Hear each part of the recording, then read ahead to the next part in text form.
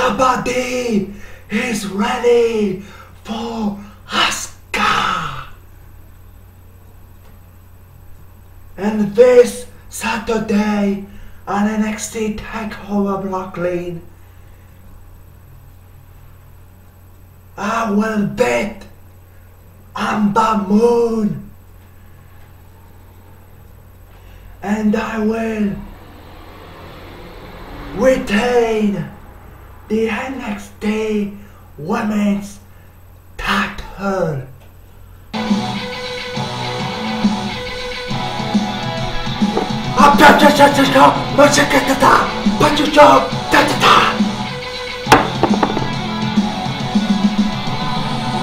Salut à tous et à toutes, c'est Mika le Fifou. On se retrouve aujourd'hui pour la vidéo résumé ainsi que de mes réactions sur ce NXT, le NXT avant NXT TakeOver Brooklyn 3.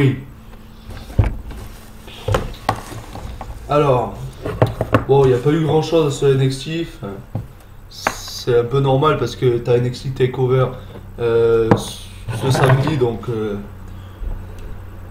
c'est normal qu'il n'y a pas vraiment grand chose, mais il y a quand même eu quelque chose, quelques trucs assez intéressants à ce NXT. Alors on a commencé NXT avec la signature du contrat.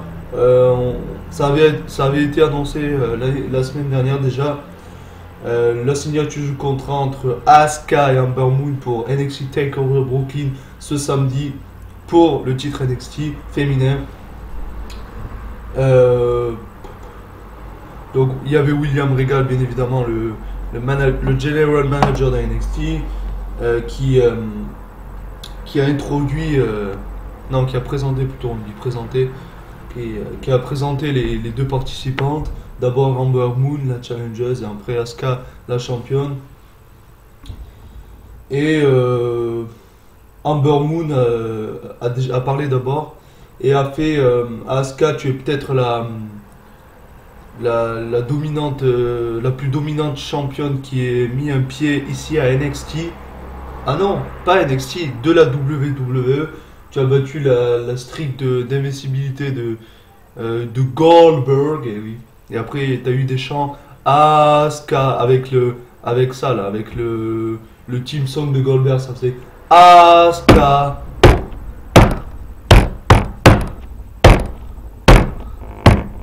Avec la musique du theme song de Goldberg, Asuka, les chants d'Asuka, etc.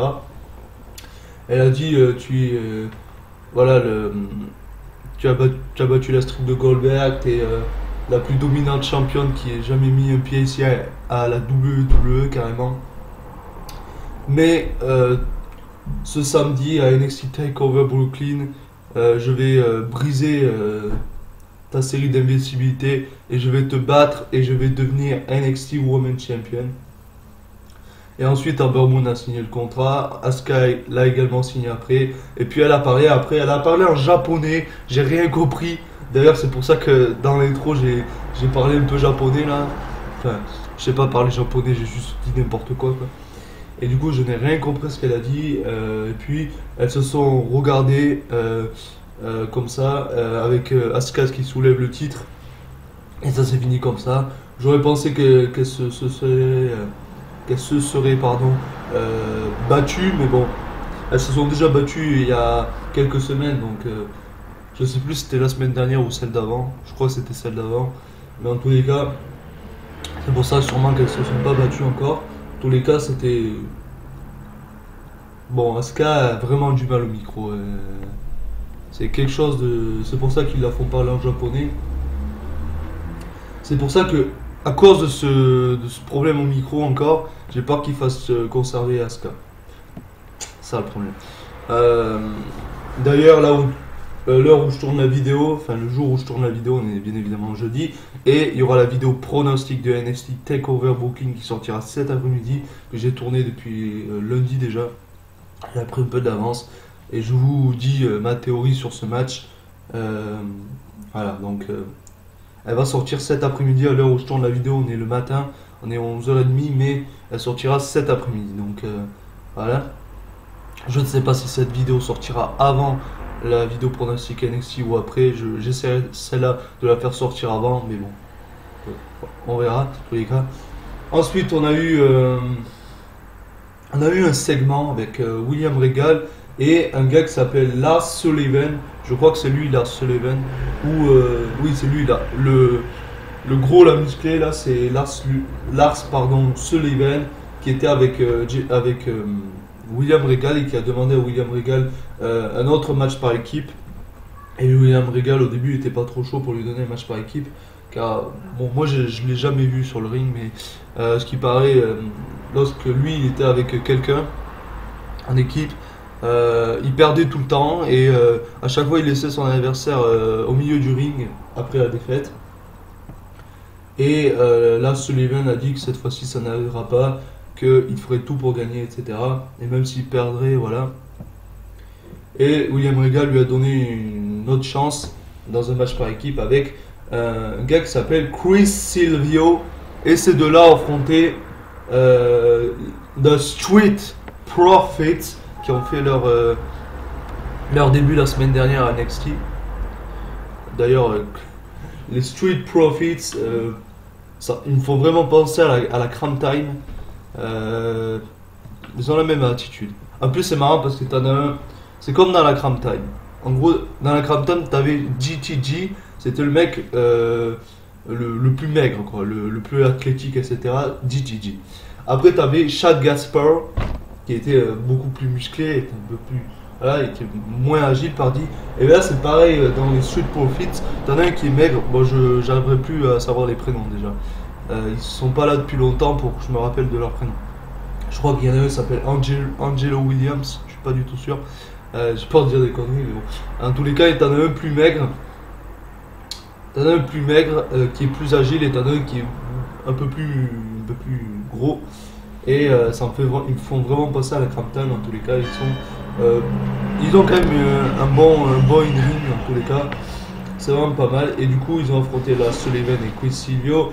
Et bien évidemment, The Street Profits a gagné. Ils ont gagné la semaine dernière dans leur début, ils vont pas déjà perdre dans le deuxième match. Et après c'était intéressant, t'avais après à la fin du match, Lars Sullivan qui a encore perdu, ils ont encore perdu avec son partenaire. Et du coup, là cette fois-ci, il n'a pas laissé son adversaire au milieu du ring, il a pris son adversaire.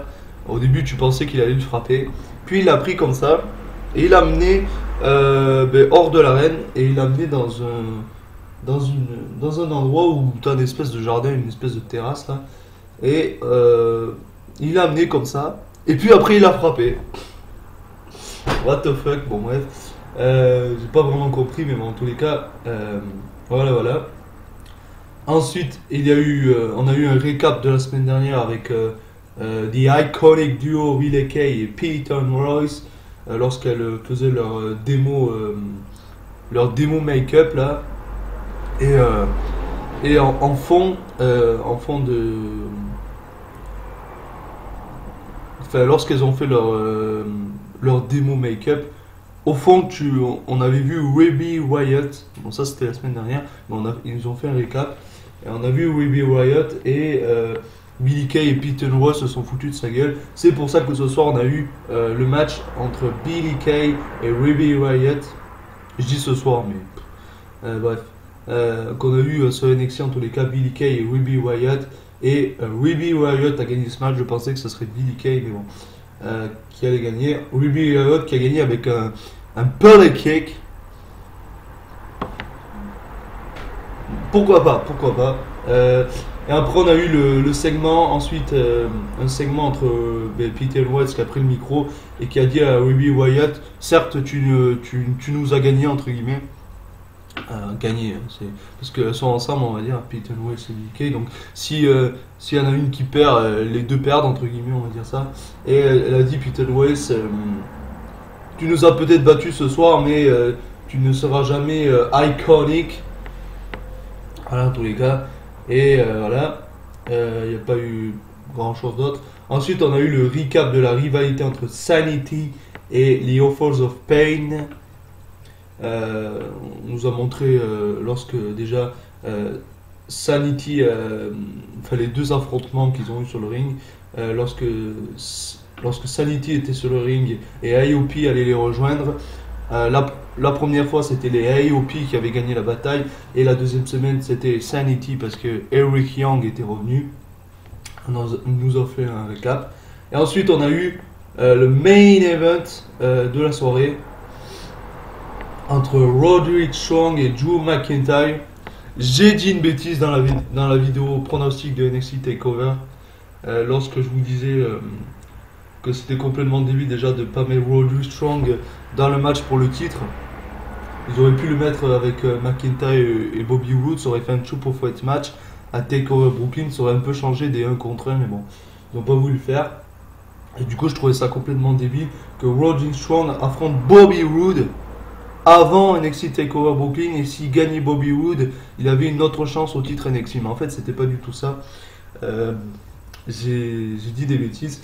En fait, c'est Roderick Strong allait affronter Drew McIntyre, et si Roderick Strong battait Drew McIntyre, il aurait une chance d'affronter Bobby Roode. Est-ce que c'est pour le titre ou pas? Ça n'a pas vraiment été mentionné à NXT qu'il aurait une chance contre Bobby Roode pour le titre. Mais en tous les cas, il aurait une chance d'affronter Bobby Roode pour se venger que Bobby Roode avait manqué de respect à sa famille, etc. Et du coup, voilà. Donc tu savais pas trop si Roderick Strong allait gagner McIntyre. Tu pensais quand même que ça serait McIntyre parce que pour qu'il ait du momentum pour NXT TakeOver Brooklyn. Mais non, aucun des deux a gagné parce que Bobby Roode est intervenu pour frapper les deux. Et il a frappé d'abord Drew McIntyre, ensuite il a frappé Roderick Strong, ensuite il s'en est repris à Drew McIntyre. Il a dit non, il a rien dit. Il a fait d'abord son Glorious DDT et ensuite il a dit à Drew McIntyre qu'est-ce qu'il lui a dit déjà il a dit que c'était son NXT,